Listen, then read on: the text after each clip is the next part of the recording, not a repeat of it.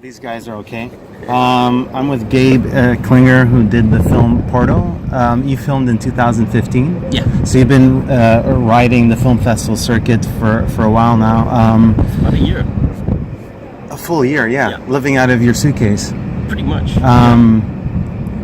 What's your... You come to cinema through journalism, just like all the cahiers du cinéma, masters and whatnot. What's your rapport now with film festivals, just out of curiosity, now that you're sort of like on the other spectrum?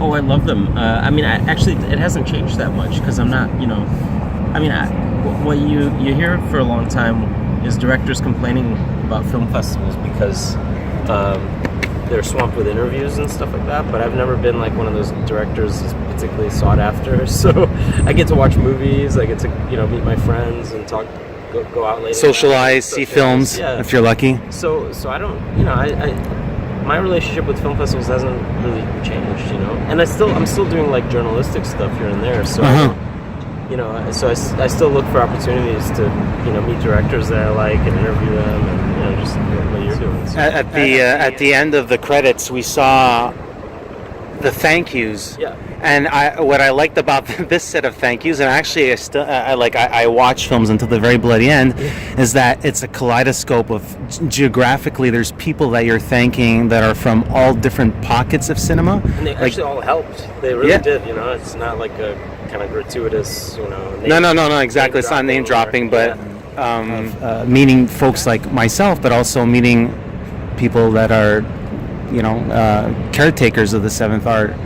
Yeah, I don't know if I called myself a caretaker of it, it would sound pretty lofty, but I like that. It's like it's a good responsibility to have. I feel like, and I was just reading online this morning actually a Portuguese critic, because the movie's coming out in Portugal next week, and he was saying that he sort of caught a whiff in the movie of La Maman et le Putain, the Jean Eustache film, Mother and the Whore, and then boom, the next scene there's Francoise Lebrun from The Mother and the Whore, and he's like, oh, okay, so my intuition about that was sort of confirmed head on, and he said he likes this idea in films when you're not like hiding your influences or your tastes, you're kind of putting them out there so the audience really actually connects with them on the surface. Yeah.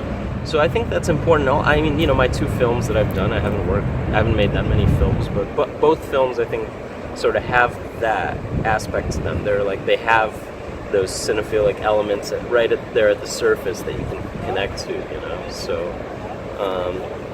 yeah, man, it was funny because I was watching this Portuguese movie last night, right after my movie, Marta's film, Marta Mateus, who made this film, Barb's Wastelands. Which is at the KZN. You were telling me it was at the KZN this year? It was in Cannes, this last edition. And there's a thank you in her film to Chantal Akerman as well. And then afterwards, somebody in the audience asked, why did you thank Chantal Akerman? She said, well, she was a friend of mine. And I was like, wow, that's cool. Like that there's another film in this festival with a dedication to Chantal, because we're lucky enough to have been able to connect with her. And anyone who knew her knew that she was just so giving and all this stuff. So I think that's another encounter with film history. It's you seek out people like that because they're so amazing. What their contribution to cinema, right? And so much more too. Like she was a woman in the 70s, and poor woman from Belgium who made this incredible masterpiece when she was 25 years old. Yeah. Against all odds. Yeah. That's just such an not to sound banal about it, but just a very inspiring figure, So yeah, I was thinking a lot about memory, and that's something that you spoke a lot about in different interviews, and it's addressed in different facets in the film, whether physically or just the idea of it. But I was thinking a lot about regret, and I was wondering how do you. What are your feelings about regret, and how was it sort of appropriated for this film? I don't know. I don't think it's. It's obviously we shouldn't really live that way. It's a way that's kind of intolerable to live with regret, right, in your life. So you try not to have regret, and you just try to kind of move forward the best way that you can. So, but at the same time, love is one of those things where you just inevitably you're going to regret having made certain choices, right? Because so much of your happiness hinges on that precise thing, right? Everybody thinks that you're going to meet somebody, fall in love, find your love partner, and that's going to be the cure, the remedy to all your ills. It's love cures all. It's the old cliche, and I mean, I think there's a degree in which in our culture, and we were just talking about the before movies, that we have to sort of break that spell, or that you can't have the sort of purity that you see in like something like Faust, or in Stendhal, or these guys that talked about love in this. It's almost a kind of impossible dimension. The romantics, Yes. I don't. We're in very much a post-romantic era.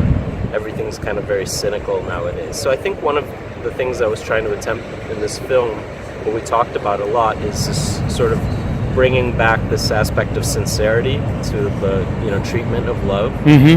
So that the things that they would say to each other would be very sincere and kind of almost ridiculous, because a contemporary audience would wince at a lot of these types of things, these sincere statements of professions. But actually the thing that happens when you think you're falling in love is you say all this ridiculous shit, because that's like you say whatever comes to sort of mind in your kind of attempt to court this other person, and lure them in the way, try to find this sort of common ground of how you might be feeling, and I think the English language is perhaps not any language, for that matter of fact, can't equate what those sentiments are, whether fleeting or permanent. No, they really can't. It's all kind of ridiculous. It is. And that's why when you read love letters, they're so painful. Have you ever read Kafka's love letters? No, I've got it on the docket. They're so awful. They really make you cringe. And it's just love is a very painful emotion to approach, and I think it's sort of impossible not to have regret when it comes to that, and you just have to be a little realistic about it and not dwell on it too much. And I think that's the sort of mistake that somebody like Jake makes, is he dwells a little bit too much on his fixation with Maddie and what could have been and all this stuff. So, and for him too, to an extent. But you get a strong sense that perhaps Jake is ill-equipped with understanding what that moment might be. And it's authentic and true to him, but as much as he wants to believe that his door is opening, hers, she's closing out something. And I mean, I one of my favorite moments is that moment where, and it's going to sound perhaps weird, but she's in the know. She understands the situation, and she's making a very concise choice that night, that moment, and that encounter is beautifully shot. By the way, I absolutely love the moving camera aesthetic that you chose for this specific scene. We had a very good Steadicam operator. There aren't too many in Portugal. There's like one or two. Yeah. We were able to get like the guy. But we needed that movement, that sort of fluid movement. Maybe that's something I borrowed from Linklater a little bit. He always has those fluid movements in the before. Like when you finally chose this as a location, how does Porto then become its own character rather than your assertion of what that place is? Because the way that you see it as a tourist or a temporary local is a lot different from how do you appropriate it within the story. And the story, it could have taken place anywhere. At any port side. It could have taken place in New York. Just like 1,000 stories like that are going to take place today that are so I was curious about that distinction between how you appropriate the place and then how it's sort of like how you decide to create a template for it. Well, I mean, it's a combination of different things, right? I mean, the city of Porto sort of gave us all this incredible support, and, you know, it's about working with people you're comfortable with. So I was very comfortable working with this Portuguese producer, Rodrigo Areias, who I'd worked with on my previous movie, and he suggested Porto, and we went there, you know, my DP and I, Wyatt Garfield, and we just looked around and we thought it was amazing. The sort of visual possibilities here were amazing. And the sort of thematic thing, you know, concerns that we had for the story, we knew we could express them visually in a city like Porto, you know. You know, this, you know, theme of time and being stuck in time and in a memory and a place, and Porto is very much like that, you know. It feels like a place that's stuck in time, you know. It hasn't advanced past a certain era, and you see people still kind of living the same way they did 100 years ago. So, you know, selling fish on the street or whatever, you know, it's there's that side to it. Then you drive into the suburbs, and there's some very wealthy, modern places and ugly strip malls, you know, like anywhere else. Not to digress too much, but one of the things I really regret, I mean, let's say one of the letdowns of traveling the world with a movie now, like at festival to festival, is how so much of the goddamn world right now looks alike, you know? Like, fuck, it's just so, you know, it's so disheartening when you fly into an airport in a new city and check in a new hotel and it looks exactly like the place you just came from across the world, you know? And I think one of the things that was precisely striking about discovering Porto is that I didn't have that sensation there. I didn't have the sensation that there was a Starbucks on every corner. And sure enough, looking around, you know, there were old cafes. People prefer to hang out at the old cafes. They don't go to Starbucks. They don't go to, you know, Dunkin' Donuts or whatever. So it was very easy to find those spaces that we were kind of looking for this story. There is a timeless quality to the film, and I was curious as to the score that you select. Yeah. It's a jazzy, it's piano-y, and to me, like a lot of people appropriate different films that they might have seen or different artists. Like I was thinking a lot of American independent cinema from the like mid '60s. I was thinking of like especially the way you dress the film as well. So perhaps discuss that score and that timelessness feel about it. Well, that was actually it was something that wasn't built into the script. I didn't have a concept for the music yet when we were writing the film. And so it was something that was suggested later in the editing by our music supervisor, a guy named Daniel Vila that I've known since I was a teenager, and he's just an incredibly literate person both in terms of images and music and sounds, and he suggested this piano jazz by Emma Hoysege Gebru-Mariam. She's a jazz pianist from Ethiopia, who started in the 60s, you know, and there was this great tradition of jazz in Ethiopia. And stylistically, there are certain traits of that music that, you know, they're very much from not only that period, but the place as well. So I thought culturally it was interesting to bring Ethiopia into the mix. You know, you have an American guy and a French girl meeting in Portugal, a movie made by a Brazilian guy, and you have Ethiopian jazz on the soundtrack. For some reason it fit, and that the music is so much about the sense of longing and that moodiness. I think it's a winter soundtrack, you know. It's got this real mood and real atmosphere that, you know, I think the film it's there, but the music just sort of helps us to flesh it out a little bit more, you know. It gives it another dimension. So it was just lucky that we happened upon it. I think. You know, I can't separate the film from the music, you know. It's impossible. And, you know, to think that we just started one way and wound up another way is really, that's one of the, you know, really satisfying things I think about filmmaking, is making these discoveries along the way, you know. I don't know, I look at like Coen brothers or people like that as sort of people who have like everything kind of mapped rigid out. And like storyboarded to death. And, you know, all the musical choices are built into the script and everything's all set out and done by the time it's a little boring, I guess. I don't know. It's not as interesting to me. Maybe I'll end up making a film like that. I don't know, but bigger the budget. Normally, you wanna. I don't know. Your producers kind of want to know. They want the music to be a line item before. They don't want any surprises later. You've had a billion questions about the choice of in film stock, the Super 8, the 16, the 35. I was curious about how that might distract or enhance performance. That's my specific question. Yeah. Like especially with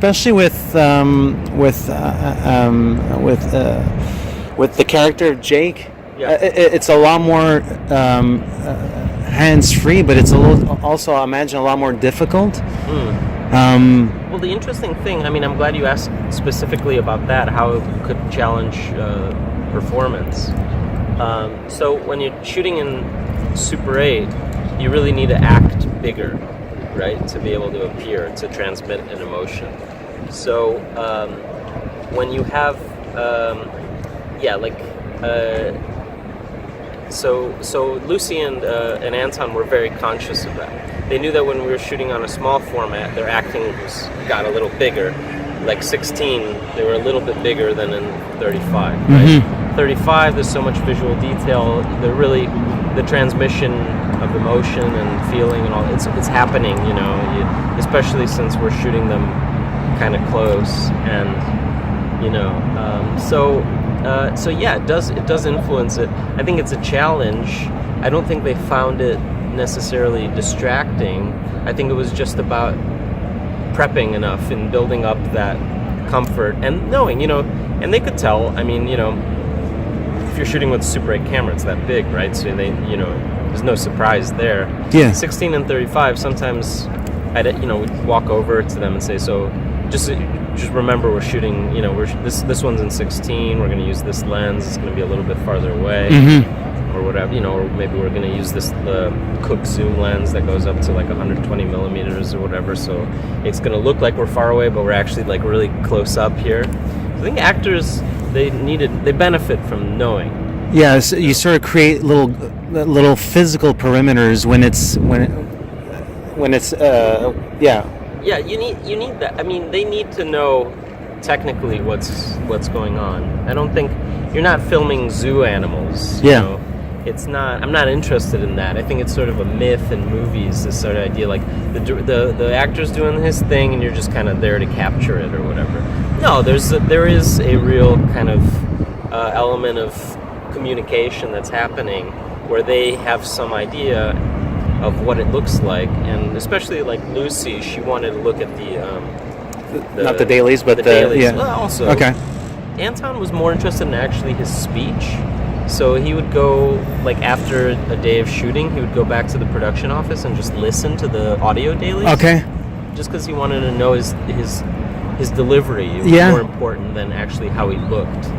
And Lucie was interested in seeing the frames. Sometimes I just flip around video really quickly and show her, And I found that to be helpful, not distracting, It's funny that you mentioned that about Yelchin, because that's the one a key element that I recognize in his performance was how the collection of words in the dialogue, like I honed in specifically into that aspect of his performance. It's very specific. Yeah. There's a lot of not hesitation, but that character is somewhat disheveled from whatever backstory and whichever means that he got to this place, and we get a sense of how he got there through his a small note on his background, but his mental space. And how it's and how he appropriates and how much weight there is in all his words. I thought that was a really a choice, a specific element into his performance. Oh, he gives so much weight to every word and every phrase, and also he gave us a lot of options too. There are a lot of different kinds of readings. There are actors who who will do it one way and that's it. That's, and if you ask them to change, they get really kind of irritated. And Anton's not like that at all. He was all about just kind of finding this different. Maybe we're not putting enough of an emphasis on this word or this phrase or this, And so it was like something we were workshopping constantly. Just the delivery of the lines, And yeah, he was just so game for all of that, And I think there's something, real, genius kind of, devotion to that. Every single aspect element of how your character comes across. It was athletic in a way. His parents were Olympic athletes, and really, yeah. Hello. They were they came, from former Soviet Union, and they were figure skaters, Olympic figure skaters. So they instilled in him this sense of professionalism. I think, because they were, if you're a star athlete, that's, you're in the Olympics, especially, you're professional to a T. You're training and executing, And Anton had that sort of built in from an early age. His parents taught him how to do that, train and execute.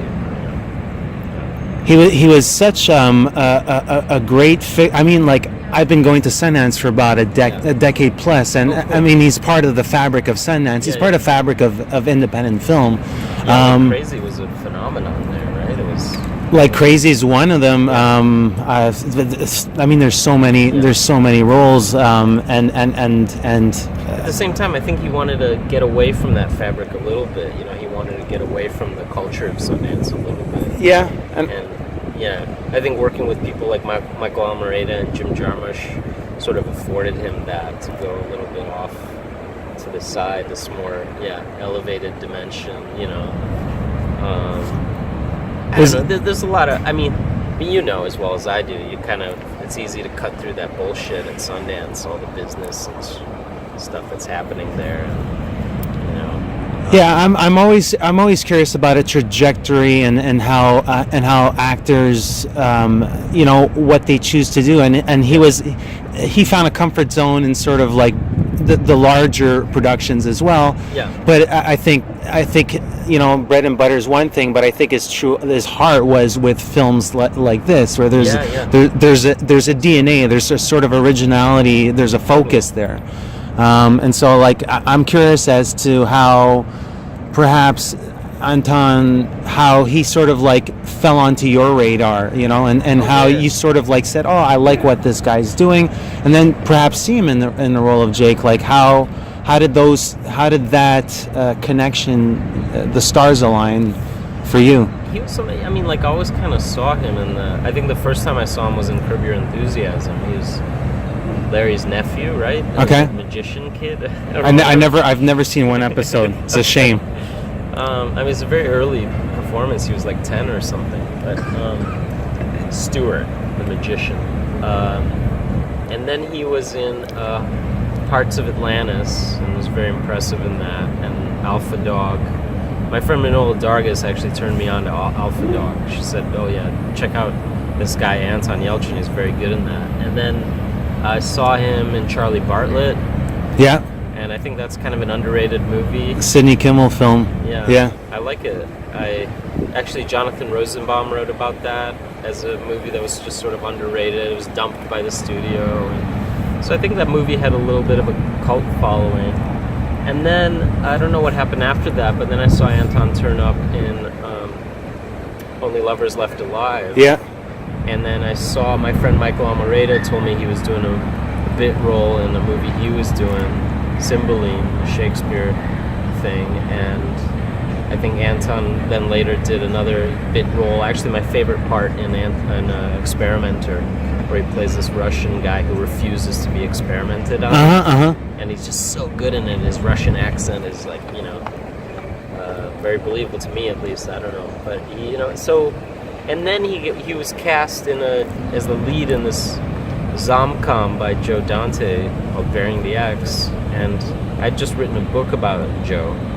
Was that the same year that you featured a double play? Yeah, It's the same edition, right? Double Play and the Dante book in the same period.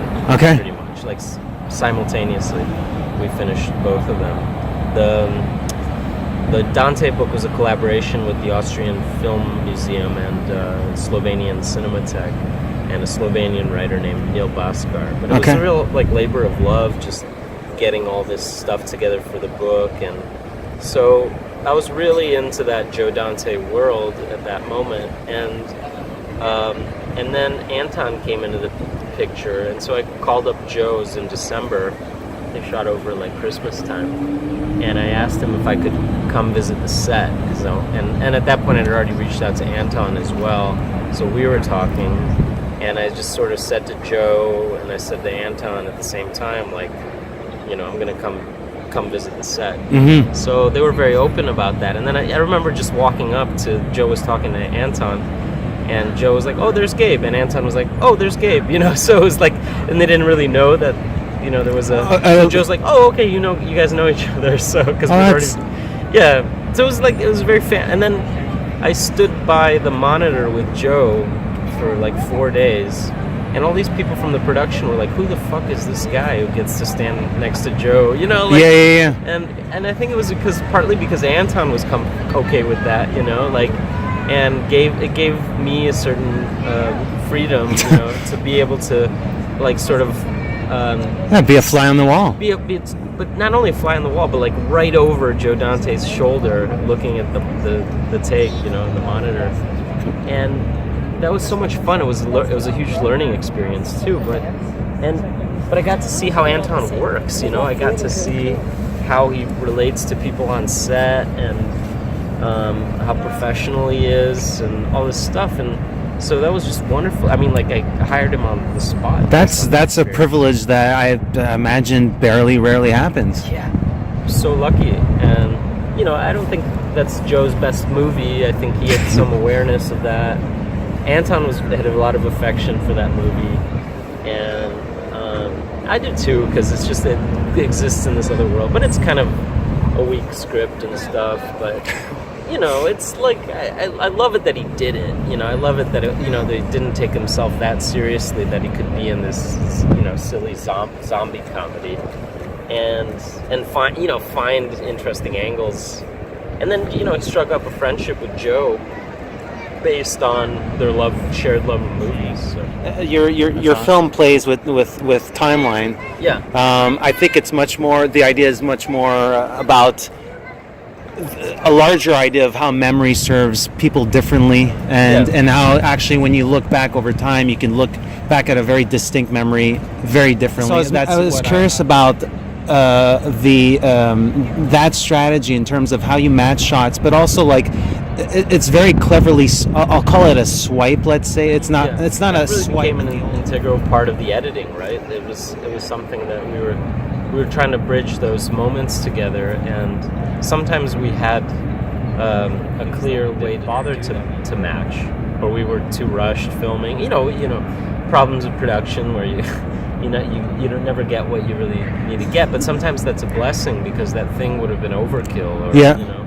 I remember Wyatt, our DP, really wanted this one tracking shot in the restaurant of them coming in and sitting at the table, and thinking editorially, you don't really need a shot of them coming into the restaurant and sitting at the table.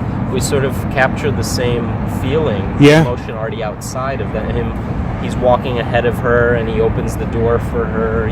He's so obviously in that moment we were talking about. Of wanting to impress this person and all this stuff, and you see that he's so eager to have her discover this place that he's taking her to. So, and you don't know that yet. When you watch that shot of them walking into the restaurant, you're thinking, why is he walking ahead of her? And why is he opening the door for her so eagerly, kind of? And you only realize later, oh, okay, it's afterwards you realize this is the sort of special place that he wanted to take her to. So that we conveyed that idea. We didn't need one more shot to convey that idea. Mm-hmm. So editorially, we cut to them already sitting at the restaurant, And that's enough of a suggestion of, you know, of a little ellipses of time, and it works, you know. But in the script, you know, you have it maybe fleshed out a little bit more. But in terms of time going back and forth, you know, I think sound became this really surprising element for us. Okay. You know, because, like, there's that shot of them arriving at the restaurant, and they're getting out of a taxi because the restaurant's a little bit far away, right? So there's the sort of, you hear this door of the taxi closing before you actually realize that there's a taxi in the frame, and then we cut, and it's, you know, we're into the past, and they're getting out of a taxi. So there's little kind of things that sort of trigger you into a different space, right? It was all. I mean, I relied a lot on the ingenuity of my editor, Geraldine Mancheneau. She was just such a wonderfully experienced, feature film editor. And you don't find a lot of those because, you know, most editors, you know, most people in the industry, as you know, they're working in advertising, and they're working these corporate shitty jobs most of the year, and then they're lucky if they get a feature thrown at them. And then Geraldine, the thing that's really special about her is that she's just working on features. She doesn't do ads and promos and shit like that. So that's where her mind is. That's where her, you know, so she knows, she's thinking about the real macro of it, you know, like the whole piece. Whereas a commercial editor might think more in terms of little details, and you might lose sight of the bigger picture. So I think it's about how that sort of accumulation of those time elements that you talk about, you know, past and present, past and present, past and present, how that's going to lead up meaningfully to something. Yeah. And I think working with Geraldine, we were able to sort of achieve that macro and micro sense of the movie, kind of time expanding and shrinking, and finally expanding into the one night, right? So how to strike that balance, how to kind of ease the audience into that. And we played with every single iteration of that, every single possibility, even the idea to start the movie with the one night, you know? Yeah. But ultimately, the script was written in the way that you see it in the film, and the movie kept resisting that. It kept saying to us, no, you have to respect that flow, that, you know, that night has to be revealed over time, right? And so that was, I mean, it wasn't necessarily discovery. What was interesting is that all of our experimentation kind of led us back to the same place, led us back to all of our original Because you've been on the film festival circuit for so long, I imagine you're thinking about what's next. And I hate asking that question, because I won't ask that question, but I'm curious as to how your writing process. You want to go for water or wait? No, I was going to show you just a book. Okay. That's your note? Well, I've got, I don't know, I brought this on the plane. You know, I have a lot of Chicago books, is where I live. Okay. But I usually, before I travel, because I know I'm going to be on the plane without internet, which is a great thing. And I usually grab a book related to what I'm going to be doing. And so the next movie, I really, you know, everybody says, why don't you make a movie in Chicago? I've lived this place I've lived for most of my life, and I think I'm finally going to do it now, you know.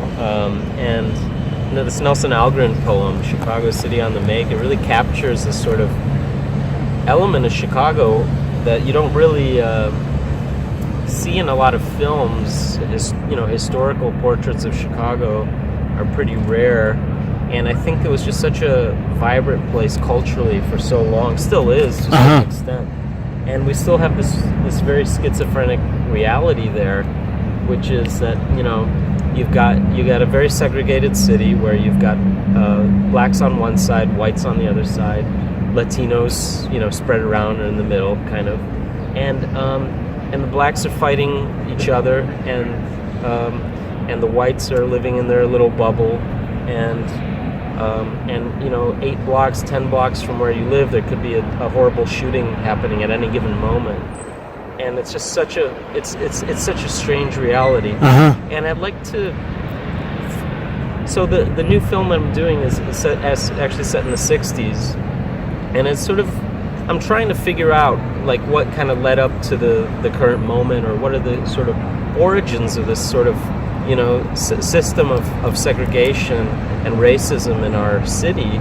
And I think the 60s was a kind of a great blowing up point, or a great explosion of different things happening in the city.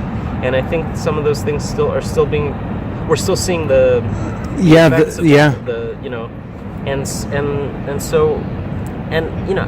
Chicago's just such a great city visually. You go around in neighborhoods and it still looks like, it could be throwback to that era. Yeah, so you don't have to necessarily dress up the shots too much, the scenes, the locations, they kind of already speaking in that, So right now the locations and let's say fictional characters based on historical personages.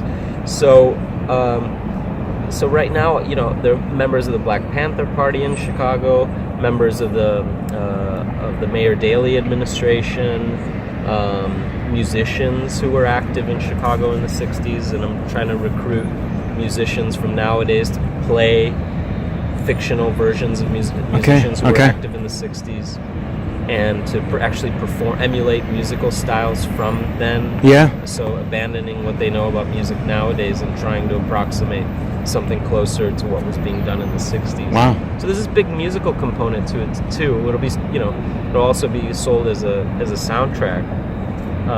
So that's what I hope that'll be my next project. Okay. And I just figured out structurally, like I had a breakthrough in the script now, so I can finally go back to the managers and the agents and the people who are waiting to get that shit from me and say, okay, I got something. Go find me money. Please. Your inroads into this story. Well,